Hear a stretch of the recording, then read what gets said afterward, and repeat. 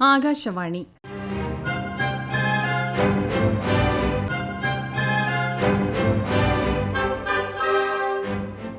ജില്ലാ വൃത്താന്തം. ഇന്ന് തിരുവനന്തപുരം ജില്ല.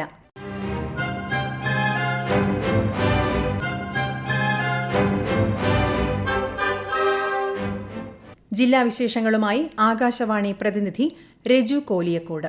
മുതലപ്പൊഴി ഫിഷിംഗ് ഹാർബർ വികസന പദ്ധതിക്ക് കേന്ദ്ര സർക്കാരിന്റെ അംഗീകാരം.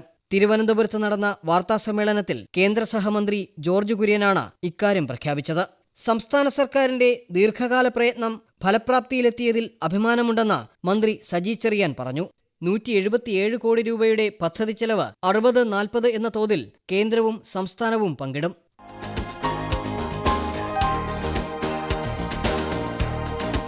സ്പോർട്സ് കോൺക്ലേവ് തിരുവനന്തപുരത്ത് നടന്നു. 2 ദിവസം നീണ്ട കോൺക്ലേവ് ഗവർണർ ആരിഫ് മുഹമ്മദ് ഖാൻ ഉദ്ഘാടനം ചെയ്തു. കായിക കേരളത്തെ ഉത്തേജിപ്പിക്കാൻ കേരള ഒളിമ്പിക് അസോസിയേഷന്റെ നേതൃത്വത്തിൽ കായികം, യുവജനകാര്യം, സംസ്ഥാന സ്പോർട്സ് കൗൺസിൽ എന്നിവയുടെ സഹകരണത്തോടെയാണ് 2 ദിവസം നീണ്ടുനിന്ന കോൺക്ലേവ് സംഘടിപ്പിച്ചത്.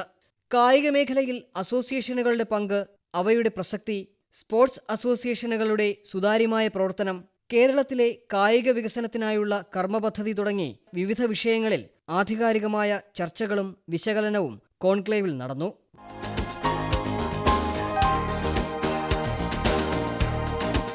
ക്യാൻസർ നിയന്ത്രണ രംഗത്തെ മാതൃകാ പ്രവർത്തനങ്ങൾക്ക് പോത്തങ്കോട് ബ്ലോക്ക് പഞ്ചായത്തിന് RCCയുടെ ആദരം. സമ്പൂർണ്ണ ക്യാൻസർ നിയന്ത്രണ പരിപാടിയുടെ ഭാഗമായി RCCയുടെ സഹകരണത്തോടെ ബ്ലോക്ക് പഞ്ചായത്തിന്റെ പരിധിയിൽപ്പെട്ട ഗ്രാമപഞ്ചായത്തുകളിൽ നടപ്പാക്കുന്ന ഫസ്റ്റ് ചെക്ക് പദ്ധതിക്കാണ് ആദരം. പോത്തങ്കോട് ബ്ലോക്ക് പഞ്ചായത്തിന്റെ വിവിധ ഭാഗങ്ങളിൽ ക്യാൻസർ നിർണയ ക്യാമ്പുകൾ സംഘടിപ്പിക്കുകയും ക്യാമ്പിൽ പങ്കെടുത്ത് രോഗനിർണയം നടത്തുന്ന, രോഗസാധ്യത കണ്ടെത്തുന്നവരുടെ തുടർ പരിശോധന ഉറപ്പാക്കുന്നതിലൂടെയും കൃത്യമായ ചികിത്സ ലഭിക്കാനും രോഗം ഗുരുതരമാകാതെ തടയാനും പഞ്ചായത്തിന് സാധിച്ചു.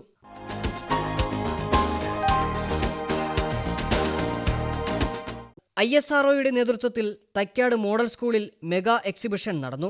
ഇന്ത്യയുടെ ബഹിരാകാശ ദൗത്യങ്ങളുടെ ചരിത്രവും വർത്തമാനവും വിളിച്ചോതുന്നതായിരുന്നു പ്രദർശനം. 3 ദിവസങ്ങളിലായി നടന്ന പ്രദർശനത്തിൽ നിരവധി വിദ്യാർത്ഥികളും പൊതുജനങ്ങളും പങ്കെടുത്തു. ഇന്ത്യയുടെ ബഹിരാകാശ വാഹനങ്ങളുടെ മാതൃകകൾ, സാറ്റലൈറ്റ് മാതൃകകൾ എന്നിവ പ്രദർശനത്തിൽ ഉണ്ടായിരുന്നു. ചന്ദ്രയാൻ 3ന്റെ മോഡൽ ആദ്യമായി പൊതുജനങ്ങൾക്ക് കാണുന്നതിനായി പ്രദർശിപ്പിച്ചു.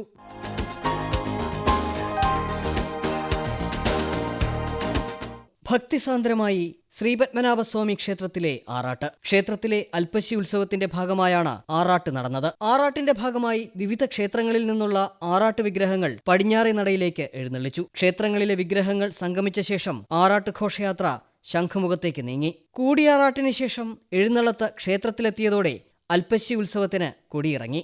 ആറാട്ട് കലശത്തോടെ അൽപ്പശി ഉത്സവത്തിന്റെ ചടങ്ങുകൾ സമാപിച്ചു. ആറാട്ടിനോടനുബന്ധിച്ച് തിരുവനന്തപുരം അന്താരാഷ്ട്ര വിമാനത്താവളം 5 മണിക്കൂർ നേരം താൽക്കാലികമായി അടച്ചിട്ടിരുന്നു. നഗരത്തിൽ ഗതാഗത നിയന്ത്രണവും ഏർപ്പെടുത്തിയിരുന്നു.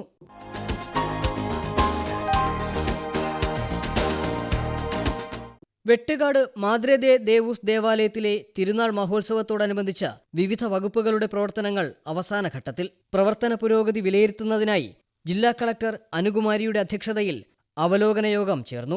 വെട്ടുകാട് ദേവാലയ പരിസരത്ത് ഇടവക കമ്മിറ്റിയുടെ നേതൃത്വത്തിൽ 60 CCTV ക്യാമറകൾ സ്ഥാപിക്കാൻ യോഗത്തിൽ തീരുമാനമായി.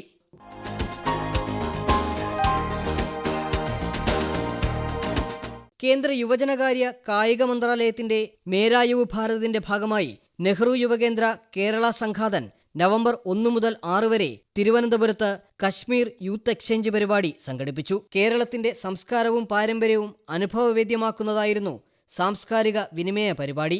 കശ്മീരിലെ തനത് കലകളും അതിഥികൾ പങ്കുവച്ചു.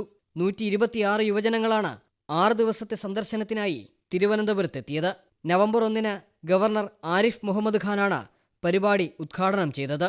കശ്മീരി ഉൽപ്പന്നങ്ങളുടെ പ്രദർശനം മുൻ കേന്ദ്ര സഹമന്ത്രി V മുരളീധരൻ ഉദ്ഘാടനം ചെയ്തു. ജില്ലാ വൃത്താന്തം സമാപിച്ചു.